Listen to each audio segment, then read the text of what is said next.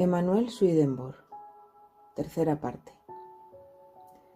Vida basada principalmente en su biografía, la epopeya de Swedenborg de Cyril Siste. El reino de Dios. El escritor argentino Jorge Luis Borges, en una conferencia dictada en la Universidad de Belgrano de Buenos Aires en 1978, dijo: Voltaire dijo que el hombre más extraordinario que registra la historia fue Carlos XII. Yo diría, quizá, el hombre más extraordinario, si es que admitimos esos superlativos, fue el más misterioso de los súbditos de Carlos XII, Emanuel Swedenborg. Cuando comenzamos a redactar esta biografía, pensamos que con 3 partes tendría suficiente para hablar de él, pero no ha sido así. Tiene tanto contenido, tanta historia, que no sabría con qué quedarme. Por lo tanto decidí que iba a alargar esta biografía en 2 partes más, que iremos presentando los días lunes de las 2 siguientes semanas. Gracias. El final de la segunda parte de esta biografía pudimos ver cómo Emanuel, después de haber tenido su revelación divina en 1744, comienza a intuir que su vida tendría el fin de comprender las cosas ocultas en la palabra de Dios y que él es el instrumento para ponerlas al descubierto. Desde entonces, dice, estuvo al mismo tiempo con sus amigos del cielo y con los de la tierra. Para que Swedenborg pudiera comprender las diversas formas en que podía tener lugar la inspiración, a veces permitía que los espíritus guiaran su mano para escribir, una psicografía, y para dictar a viva voz o psicofonía, como lo hicieron con los profetas, pero esos papeles fueron destruidos. En la primavera de 1747, cuando contaba con 59 años, la Junta de Minas le recomienda para una concejalía vacante, pero él tenía otros planes y escribió al rey Federico para renunciar a este cargo, ya que deseaba volver a viajar al extranjero y terminar un trabajo que tenía comprometido. Así que el 17 de junio de este año, del 47, víspera de su 6º viaje, se despide de su trabajo en la Junta Real de Minas. Cuando Swedenborg se fue de Holanda a Inglaterra en el otoño de 1748, su propósito era publicar el Arcana Coelestia, o Misterios Celestiales, en la capital de Inglaterra, en Londres. Deseaba que el nuevo trabajo fuera anónimo y esto podría realizarse mejor en Londres que en Ámsterdam, donde era muy conocido. Esta obra constaba de 8 volúmenes y todos los años, desde 1749 a 1756, enviaba a la imprenta de Londres un nuevo ejemplar. La cifra de ventas del primer libro quedó muy por debajo de sus expectativas, vendiéndose tan solo 4 ejemplares en 2 meses. En The Swedenborg Society dice que Misterios Celestiales es la interpretación bíblica más completa, que contiene un relato cláusula por cláusula del sentido espiritual de todo el Génesis y el Éxodo. Se citan numerosos pasajes de todas las partes de las Escrituras y se describe y discute su significado espiritual.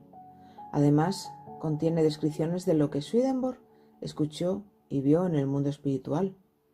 Estos temas incluyen las experiencias que tuvo en el cielo y el infierno, sus descripciones de los habitantes de otros planetas y la ciencia de las correspondencias.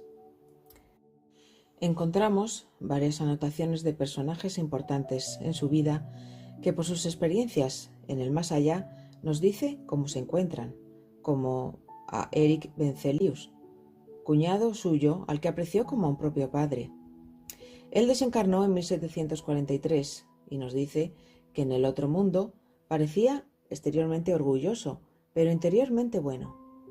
Nos habla de su viejo amigo Christopher Polgen, el genio mecánico de Suecia. Nos relata que cuando murió, el lunes 31 de agosto de 1751, conversan juntos, y el jueves, en su funeral, Polgen asistió y le preguntó que por qué lo enterraban si aún estaba vivo. Muy significativas son las declaraciones de Swedenborg sobre el libro de la vida, que según él está escrito en la naturaleza de cada hombre. Todos sus pensamientos, palabras y hechos hasta los detalles más minuciosos, están escritos en este libro. Estas y muchas otras cosas las anotó mientras escribía su obra Misterios Celestiales. Algunos de ellos los insertó en el libro impreso sin dar ningún nombre. ¿Le creería todo el mundo?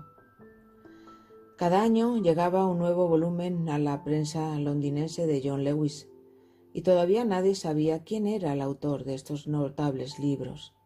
El último volumen salió de la imprenta en 1756. Durante 8 años, mientras se dedicaba a los misterios, casi no se sabe nada de la vida de Manuel. Si se hubiera retirado a un monasterio tibetano, difícilmente podría haber disfrutado de un mayor aislamiento que en su hogar suburbano. Durante este tiempo, 1749-1757, había publicado los 8 volúmenes de Misterios Celestiales y escrito una cantidad prodigiosa de otros manuscritos. El verano de 1758 se encuentra nuevamente en Inglaterra, con la copia de 5 obras menores que se publicarán en Londres. Gran parte de ellas se basó en material previamente impreso entre los capítulos de los misterios, pero ahora reescrito de forma sistemática. Uno de los 5 tratados fue la obra Cielo e Infierno. Aquí pone de manifiesto que el cielo y el infierno son estados del alma, para a continuación ser lugares. Este libro ha sido el más conocido y leído de todos los que tiene publicados. Los otros 4 fueron El caballo blanco, que era una exposición de la visión de Juan en Apocalipsis 19, El juicio final, otro llamado Las tierras en el universo y La Nueva Jerusalén y su doctrina celestial. Este volumen explica detalladamente las doctrinas de la Iglesia Nueva, enseñando desde la palabra cómo debe vivir el hombre para ser salvado y que nadie que crea en Dios y viva bien es condenado, sea cual sea su religión. Además de estos, había comenzado y estaba elaborando un voluminoso comentario titulado El Apocalipsis explicado, exponiendo verso por verso el libro del Apocalipsis tal como había expuesto los libros del Génesis y el Éxodo en los Arcanos. Existen 2 copias de este trabajo de la mano de Swedenborg escritas para la imprenta.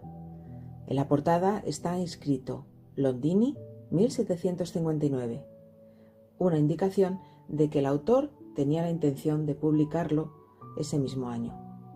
Nuevamente su propósito cambió, ya sea por razones financieras o de otro tipo, pero nunca publicó esta gran obra de 4 volúmenes. En cambio, 7 años después, en 1766, publicó un resumen del sentido interno del Apocalipsis en un gran volumen titulado El Apocalipsis revelado. ¿Cómo pudo encontrar tanto tiempo para escribir y reescribir tal cantidad de libros? Pero vamos a centrarnos un momento en su obra más conocida, Cielo e Infierno, en la cual confirma que sus afirmaciones sobre la vida futura eran hechos reales, siendo ideas totalmente opuestas a las presentadas por las iglesias cristianas ortodoxas del siglo XVII. A continuación vamos a cotejar ejemplos que desmienten lo que dice la Iglesia y el sistema de Swedenborg. Los ángeles son una raza de seres celestiales creados así desde el principio, dijeron las iglesias. No es así, dijo Swedenborg. Cada habitante del cielo, así como del infierno, alguna vez vivió como hombre en la tierra. El hombre resucitará en cuanto al cuerpo físico, dijeron las iglesias. El cuerpo físico se descompone en el suelo y nunca se reanudará, dijo él. Es el alma, el cuerpo inmaterial, lo que resucita inmediatamente después de la muerte. Los gozos celestiales que esperan salvar al alma son la adoración perpetua y el canto de salmos, dijeron las iglesias. No, dijo Swedenborg. Allí como aquí, cada uno tiene su propia ocupación. La adoración formal es solo una fase de la vida celestial, más una recreación que un empleo. Los ángeles comen y beben, trabajan y juegan, viven en hogares y se reúnen en asambleas. Se dividen en sociedades según sus servicios y su genio. Las almas perdidas son atormentadas perpetuamente en el fuego eterno. Era lo que creían en aquellos días. No hay fuego excepto el ardor de las ambiciones malignas, dijo nuestro autor. Dios no castiga a nadie. La tortura de los condenados consiste puramente en que se les impida cometer males.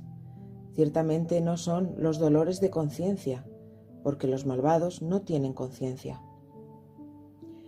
Millones de infantes no bautizados y paganos se encuentran entre los perdidos, enseñaron los ministros ortodoxos, y sacaban apresurados a los recién nacidos en cualquier tipo de clima para ser bautizados, a fin de engañar al diablo de su presa, especialmente si los pequeños estaban enfermos y parecían estar en peligro de muerte.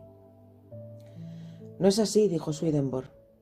Los gentiles son, en general, mejores que los cristianos, y cuando se les instruye, son recibidos más fácilmente en el cielo. En cuanto a los bebés, son llevados a sociedades celestiales inmediatamente después de la muerte, para que los ángeles los nutran tiernamente hasta que alcancen un estado de madurez espiritual. En lugar de ser lugares vagos y remotos, el cielo y el infierno están a nuestro alrededor mientras vivimos en la tierra. Y en lo que respecta a nuestras almas, incluso ahora somos habitantes del mundo espiritual. Morir es simplemente un traslado de un plano de conciencia a otro. El cuerpo de uno se desecha como una prenda gastada, dijo Swedenborg. Su mundo espiritual es un mundo real, habitado no por fantasmas, sino por hombres y mujeres que han vivido en la tierra. Las primeras páginas de la obra Cielo e Infierno afirma: cuando el cuerpo ya no puede realizar las funciones corporales en el mundo natural que corresponden a los pensamientos y afectos del espíritu, se dice que el hombre muere. Esto ocurre cuando cesa la respiración de los pulmones y los latidos del corazón. Pero el hombre no muere, simplemente se separa de la parte corporal que era de uso para él en el mundo. Mientras que el hombre mismo sigue viviendo, porque es el espíritu que piensa en el hombre, y el pensamiento con afecto es lo que constituye a los hombres. Evidentemente, entonces, la muerte del hombre es simplemente su paso de un mundo a otro. En el otro mundo, una gravitación espiritual arregla todo en un orden exquisito. Todo lo que hay está asociado a través de similitudes internas y no como aquí por el espacio y el tiempo. Según Swedenborg, hay 3 cielos. En aquellos con la armonía más cercana con Dios están en el cielo más alto, más íntimo o celestial. Aquellos relativamente menos perfectos están más alejados y comprenden el cielo espiritual, y aquellos aún menos perfectos forman el cielo natural. Por tanto, hay 3 cielos, y frente a ello 3 infiernos. El Señor no arroja a nadie al infierno, pero las almas gravitan hacia aquellos con quienes desean estar.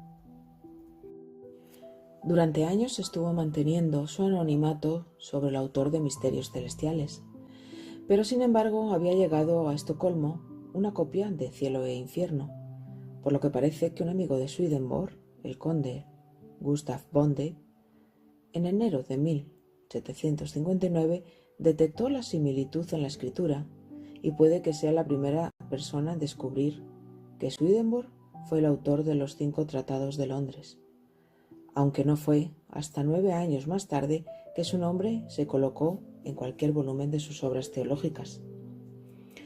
Nos encontramos en 1763 y Swedenborg, a pesar de su avanzada edad, pues ya contaba con 75 años, parte a principios de junio de Londres rumbo a Holanda, siendo el propósito de su viaje la publicación de varios trabajos sobre temas doctrinales. En Holanda, ese año Swedenborg publicó su Amor y Sabiduría Divina, en el que analiza la naturaleza de la sustancia espiritual y por lo tanto proporciona una respuesta a aquellos puntos que se cree que Kant ha planteado. Mentamos al filósofo Immanuel Kant porque años atrás es atraído por los sucesos de clarividencia que sufre Swedenborg durante su vida, que contaremos en los episodios de los próximos días. Kant los investiga a través de conocidos suyos cercanos a nuestro autor. Para él, para Kant, el fenómeno de Swedenborg presenta un enigma que ahora parece haber estado dispuesto a relegar al ámbito del entretenimiento en lugar de considerarlo seriamente. Incluso escribe un libro, En los sueños de un vidente de espíritus, tratando de ridiculizar a Swedenborg. Una secuela del libro anterior, Amor y sabiduría divina, es la obra La divina providencia, publicada también en 1763. Esta expone las leyes que regulan el funcionamiento del gobierno del Señor en el universo, mostrando claramente por qué el libre albedrío del hombre es una parte esencial del propósito divino y por qué se permite el mal. Antes de publicar estas dos obras, Swedenborg también publicó 4 tratados conocidos como las 4 doctrinas: la doctrina del Señor, de la Sagrada Escritura, de la vida y de la fe, todas ellas publicadas en 1763. La verdad es que se hace increíble que este hombre pudiera trabajar tantísimo con la edad tan avanzada que tenía y que publicara tantos trabajos en tan poco tiempo. En 1764 regresa del extranjero e inmediatamente inicia el trabajo El Apocalipsis revelado. Este, como el voluminoso Apocalipsis explicado, que hablamos de él con anterioridad y que no llegó a publicar, era una exposición del Apocalipsis, pero más breve y con ciertas diferencias. Habiéndose completado el juicio final, se había cumplido las predicciones del libro del Apocalipsis y Swedenborg vio que se había producido un gran cambio en el mundo espiritual. No descansó mucho en su hogar, pues en el verano del año siguiente, en 1765, nos encontramos a Swedenborg preparando su 9º viaje al extranjero, donde primero fue a Gotemburgo para luego coger un barco a Holanda. Mientras esperaba a que su barco zarpara, fue invitado a cenar a casa del doctor Johann Rosen, uno de los literatos de la ciudad. En esta cena conoce al doctor Gabriel Anderson Beyer, que impartía teología en la universidad. Este quedó asombrado por la elocuencia con la que hablaba Swedenborg, ya que había oído decir que estaba trastornado porque se comunicaba con los muertos. Después de esta noche, Beyer comenzó a interesarse por las doctrinas y todas las publicaciones de nuestro autor, y entablando una muy buena amistad con una correspondencia asidua. En Beyer también se produjo un gran cambio, pasando a ser un hombre amable y piadoso, y se convenció de la necesidad de un estudio sistemático de los escritos de Swedenborg, que continuó ininterrumpidamente durante toda su vida. Swedenborg llegó a Londres a finales de marzo de 1766, donde estuvo hasta finales de agosto. Durante estos meses fue a alojarse a una casa donde ya se había alojado con anterioridad. La antigua casera ya no vivía allí, pero la actual dueña le ofreció la habitación. Él tenía pocas exigencias, pero a sus ángeles no les gustó. Curioso. Al final le dijo a la señora que no podía quedarse allí porque no había armonía en el hogar. La razón de esta falta de armonía no era otra que los cónyuges eran de diferentes religiones. Entonces, Swedenborg ya estaba trabajando en su próximo libro sobre el tema del matrimonio y cita esta experiencia para demostrar la enseñanza de que no puede haber verdadero amor matrimonial entre personas de diferentes religiones. Como dijimos antes, volví a Suecia a últimos de agosto y hacía este viaje en barco. Cuando iba a embarcar, preguntaron al capitán si tenían suficientes provisiones a bordo, y a esto Swedenborg hizo la siguiente observación: «Amigo mío, no necesitamos una gran cantidad porque este día de la semana, con la ayuda de Dios, entraremos en el puerto de Estocolmo a las 2 en punto». Efectivamente, el viaje a Estocolmo coincidió con la predicción de Swedenborg y el capitán, a su regreso, le dijo a Christopher Springer, el amigo de Swedenborg, que habían hecho el viaje sin echar el ancla y que nunca en su vida habían tenido un viento tan favorable. Se decía entre los marineros que lo consideraban un viajero predilecto, y otro capitán Dijo de él que siempre habría un pasaje libre para Swedenborg porque durante toda su experiencia marítima nunca se había navegado mejor. Vamos a finalizar con una historia que nos pareció interesante, donde se avalan los intereses de nuestro autor. Después de que se expandiera la noticia de que Swedenborg hablaba con los muertos, fueron muchos los que llamaron a su puerta con la intención de que se les dijera algo de sus familiares fallecidos. A finales del verano de 1766 le visita un joven de 19 años llamado Nicholas Collin, que aparte de tener una conversación con él, estaba interesado en que se pusiera en comunicación con un hermano que había fallecido recientemente. Swedenborg le explicó que dado que Dios lo había separado de nuestro mundo, la comunicación nunca se concedía sin razones de mucho peso, y él no tenía razones especiales. No obstante, tomaron café y pasaron una agradable tarde. A Colin el futuro le tenía reservado una vida importante en Norteamérica. Cruzó los mares hasta llegar a Pensilvania, en Estados Unidos, para ser reverendo de las congregaciones suecas, llegando incluso a ser amigo íntimo de Benjamin Franklin. Curiosamente, existe una pintura que le muestra presente en las últimas horas de Franklin. Colin nunca fue seguidor de las doctrinas de Swedenborg, pero cuando James Glenn habló de la nueva iglesia en 1784 en Filadelfia, pidió al pastor sueco que hablara sobre su famoso compatriota, pero Colin no lo hizo. En cambio, en el otoño de 1801, y que está recogido en el diario La Gaceta, Colin habla sobre Swedenborg así. Aunque estaba persuadido de haber sido comisionado por el cielo para establecer un nuevo sistema de religión, Swedenborg no deseaba que se hiciera cumplir con medidas violentas, ni se esforzó en hacer prosélitos excepto por sus escritos. En cuanto a Suecia, nunca insinuó que deseara ser el jefe de una secta, pero se entregaba a la tierna esperanza de que el establecimiento eclesiástico, mediante una iluminación tranquila y gradual, asumiría la forma de su nueva iglesia. Esta declaración concuerda en general con las repetidas afirmaciones de Swedenborg en las cartas que enviaba al Dr. Beyer. Y hasta aquí la mitad de la tercera parte de la biografía de Emanuel Swedenborg. Nos hemos quedado en 1767 más o menos.